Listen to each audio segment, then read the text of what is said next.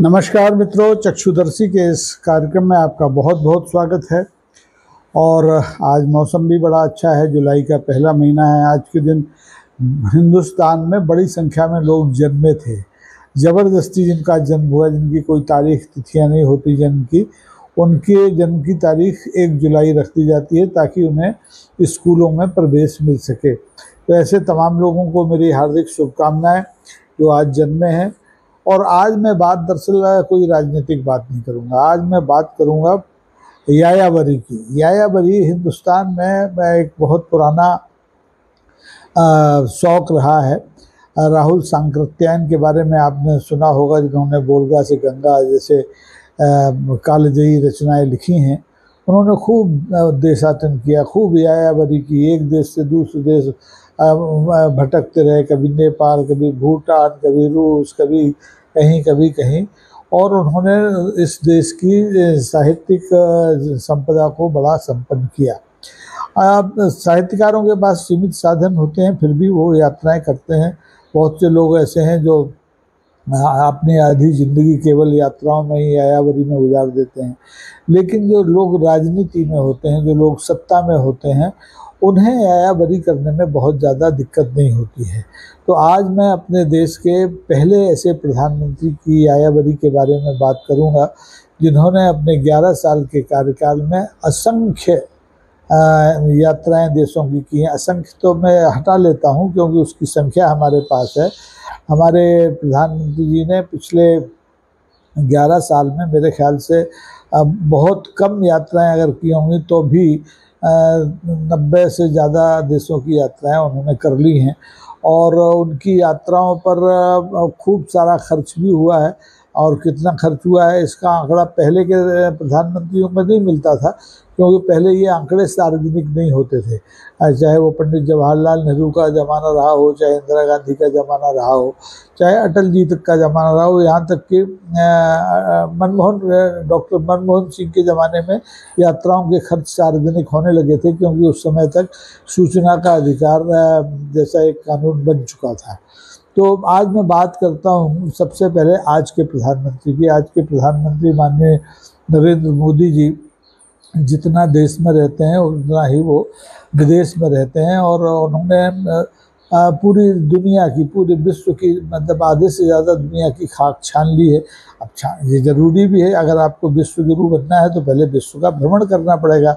जैसे हमारे देश में शंकराचार्य ने एक ज़माने में पूरे देश का भ्रमण किया, उत्तर से दक्षिण, पूर्व से पश्चिम, और अपने मठ स्थापित किए। आज की हाल की राजनीति में पिछले सालों में आपने देखा कांग्रेस के नेता राहुल गांधी ने, उन्होंने भी पदयात्राएं की, 2 लंबी लंबी यात्राएं।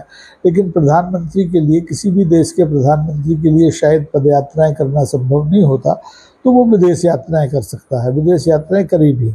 अभी इसी साल माननीय प्रधानमंत्री ने जब सत्ता संभाली तीसरी बार, तब से लेकर अब तक वो करीबन 1 दर्जन से ज़्यादा देशों की यात्रा कर चुके हैं। फरवरी में वो पेरिस गए, फिर अमेरिका गए, जून में उन्होंने साइप्रस की, क्रोएशिया की, कनाडा की यात्रा की। अब ये जो महीना आज से शुरू हो रहा है, इस महीने के पहले 2-3 दिन बाद ही हमारे माननीय प्रधानमंत्री जी घाना जाएंगे, त्रिनिदाद जाएंगे, टोबैगो जाएंगे, अर्जेंटीना जाएंगे, नाइजीरिया जाएंगे, ब्राज़ील जाएंगे। तो इस तरह से माननीय प्रधानमंत्री जी की यात्राएं सतत चलती रहती हैं, और इससे निश्चित तौर पर देश को भी कुछ ना कुछ तो लाभ होता ही होगा। कहते हैं कि प्रधानमंत्री जी ने पिछले 11 साल में जितनी भी यात्राएं की, मेरे ख्याल से 81 या 89 देशों की यात्राएं की होंगी। तो उस बीच में उन्होंने 20 देशों के सर्वोच्च नागरिक सम्मान हासिल किए, और करीबन 480 MOU किए, अनुबंध किए देशों से, आर्थिक, सामाजिक, सांस्कृतिक। तो देश का फ़ायदा हुआ। हालांकि इस पर खर्च भी बहुत हो गया। ये महंगी यात्राएं रहीं। ये महंगी इस लिहाज से रहीं कि एक तो प्रधानमंत्री का जो विमान है वो महंगा है, 8,500 करोड़ का है। दूसरे, इन यात्राओं पर पिछले 11 साल में मोटा मोटी आप अगर देखें, जो सरकारी आंकड़े कहते हैं, जो सूचना के अधिकार के तहत उपलब्ध आंकड़े कहते हैं, वो कहते हैं कि 2300 करोड़ रुपए का इस पर खर्च हो चुका है। माननीय प्रधानमंत्री जी ने अपने पहले कार्यकाल में, जो 2014 में चुनकर आए थे, इस देश को बदलने का नारा दे करके, अच्छे दिन आने का नारा दे करके। तो उस कार्यकाल के शुरू के 3 महीने में 14, 15, 16, 17, 18 पहले कार्यकाल में प्रधानमंत्री जी ने करीबन 55 यात्राएं की, विदेश यात्राएं की, और उस पर करीबन 2021 करोड़ रुपया खर्च हुआ भारत सरकार का। भारत सरकार का यानी भारत की जनता का। तो भारत की जनता अपने प्रधानमंत्री को विदेश यात्राएं कराने के लिए इतना खर्च कर सकती है। फिर दूसरा कार्यकाल आया 2019 का, उसमें 2019 से लेके और 2023 तक प्रधानमंत्री जी ने करीबन 60-70 यात्राएं की, और इस पर भी करीबन, इस पर खर्चा कुछ कम हुआ, अब 300-400 करोड़ ही हुआ, और टोटल मिलाकर के कहते हैं अभी तक प्रधानमंत्री जी अपनी यात्राओं पर 2300 करोड़ से ज़्यादा खर्च कर चुके हैं। अब कर चुके हैं तो कर चुके हैं। एक प्रधानमंत्री के लिए क्या ये देश इतना भी खर्च नहीं कर सकता? माननीय प्रधानमंत्री कोई अपने लिए तो कुछ करने जाते नहीं हैं, देश के लिए सम्मान अर्जित करते हैं, देश के लिए समझौते करते हैं, दोस्ती बढ़ाते हैं। अब ये बात अलग है कि संकट काल में कोई दोस्त उनके साथ खड़ा नहीं होता, भारत के साथ खड़ा नहीं होता। ऐसे ही अगर हम सरकारी आंकड़ों पर यकीन करें तो हमारे माननीय मोदी जी से पहले जो 10 साल तक देश के प्रधानमंत्री रहे, स्वर्गीय हो गए अब तो, डॉक्टर मनमोहन सिंह, उन्होंने भी करीबन 73 देशों की यात्राएं की। वो भी सब जगह गए, इटली गए, स्विट्ज़रलैंड गए, रूस गए, अमेरिका गए, चीन गए, अफ्रीकी देशों में गए, मिस्र गए, सऊदी अरब गए, और उन्होंने उनकी यात्राओं पर भी कहते हैं कि करीबन 1750 करोड़ रुपया खर्च हुआ। यानी खर्च तो उन्होंने भी किया, लेकिन चूंकि वो अर्थशास्त्री थे तो थोड़ा गणित वणित लगाया होगा, तो उनकी यात्राओं का खर्च थोड़ा कम हुआ, 1730 या 36 करोड़ हुआ, और जबकि हमारे माननीय प्रधानमंत्री मोदी जी की यात्राओं पर यह खर्च 2300 करोड़ से ज़्यादा हो चुका है। अब देखिए, ये खर्च तो ऐसा खर्च है कि इसको टाला नहीं जा सकता, क्योंकि जब तक अगर हमारे देश के नेता बाहर नहीं जाएंगे तो संबंध सुधरेंगे कैसे? अब यही बात आती है नेहरू जी के टाइम में। नेहरू जी के समय में और इंदिरा गांधी के समय में यात्राओं पर खर्च का कोई हिसाब किताब सामने है नहीं, और उपलब्ध नहीं हुआ, या उस ज़माने में अधिक सूचना का अधिकार नहीं था तो लोगों को मिला नहीं।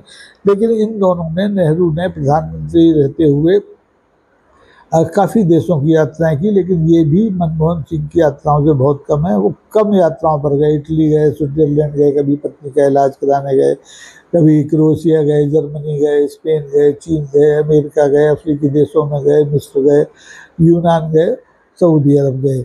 इंदिरा गांधी भी अफ़गानिस्तान गई, बांग्लादेश गई, भूटान गई, बर्मा गई, चीन गई, नेपाल गई, और उन्होंने France, Germany, Italy, Australia, Belgium, Guyana, Canada, Chile और बुल्गारिया, ऐसे तमाम सारे देशों की यात्राएं की।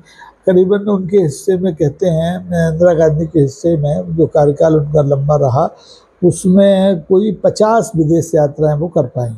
यानी अगर कीर्तिमान की बात करें तो अब भारत में जो अधोसंरचना विकास हुआ उसमें नेहरू जी आगे रहे, इंदिरा गांधी आगे रही। इंदिरा गांधी आपातकाल लगाने में आगे रही, लेकिन आर्थिक सुधारों के मामले में डॉक्टर मनमोहन सिंह आगे रहे, पीवी नरसिम्हा राव साहब आगे रहे।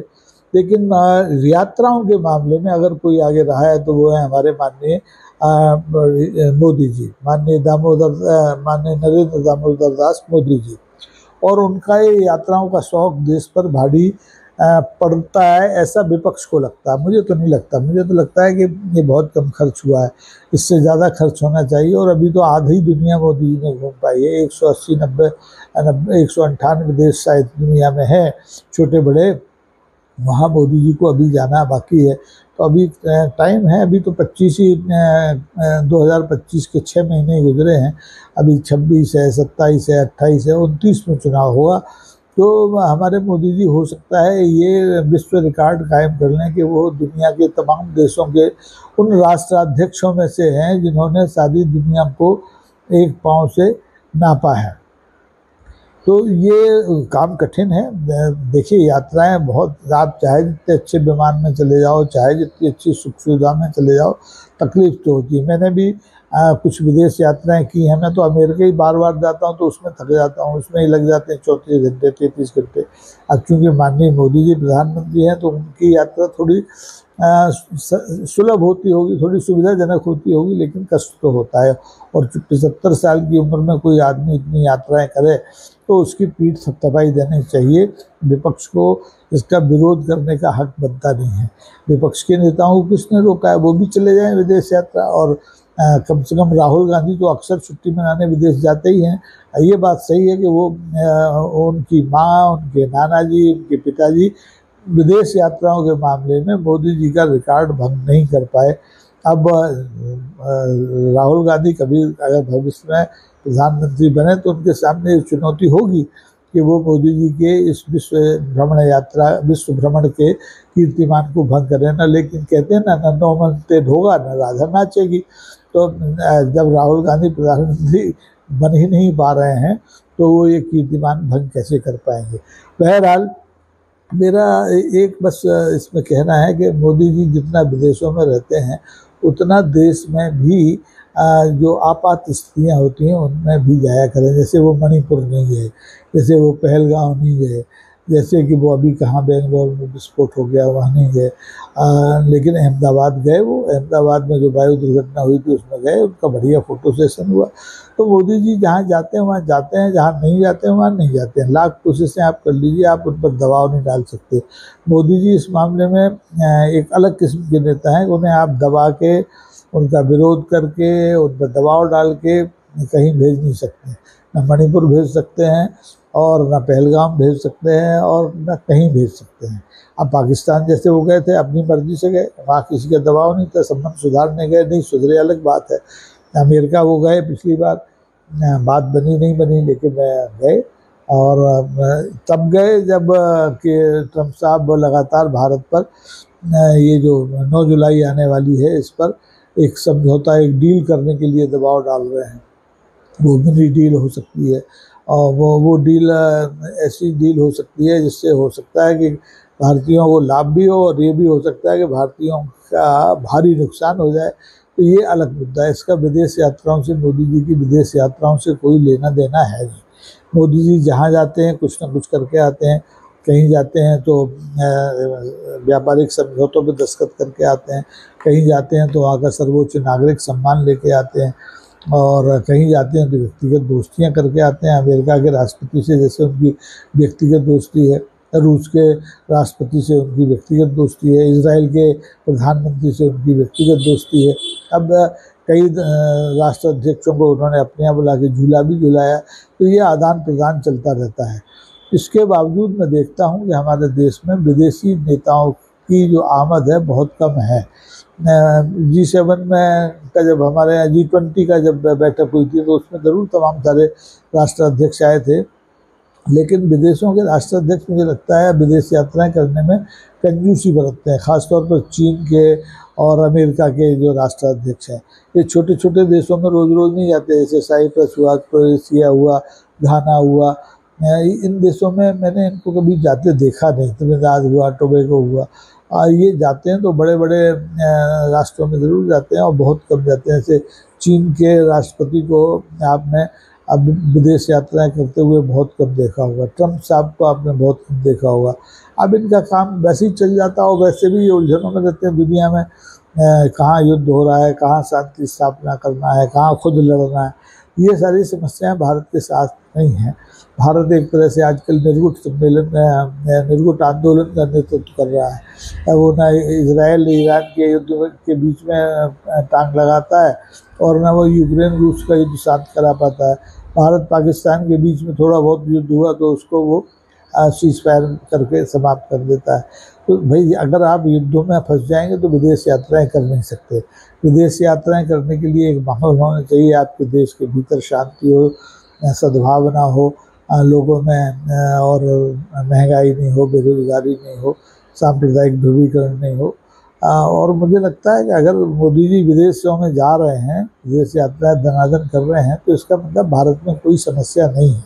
भारत की समस्याओं को लेकर के अगर विपक्ष कोई हंगामा करता है सड़क पर या सदन के भीतर, तो इसमें कहीं ना कहीं दाल में काला है। क्या दाल में काला है ये तलाश करने की जिम्मेवारी आपकी है। मैं तो मोदी जी का भक्त हो गया उनकी विदेश यात्राओं को लेकर, क्योंकि मुझे भी यात्राओं में बड़ा आनंद आता है। लेकिन कहते हैं ना, हाथ न मुट्ठी खुरखुरा उठी। अब मेरे पास ना उतना संसाधन है कि मैं मोदी जी के तरह हर महीने 2 4 5 देशों की यात्राएं कर पाऊँ। फिर भी मेरा सौभाग्य है और मेरे परिवार का समर्थन है कि मैं अमेरिका की 6 7 यात्राएं कर चुका हूँ, चीन हो आया हूँ, और आस पड़ोस के छोटे मोटे देश तो मैंने भी खूब घूम लिए। नेपाल देख लिया, आपका कम्बोडिया देख लिया, वियतनाम देख लिया, छोटे कितने नाम गिनाऊँ, तो चीन तो हो ही आया मैं।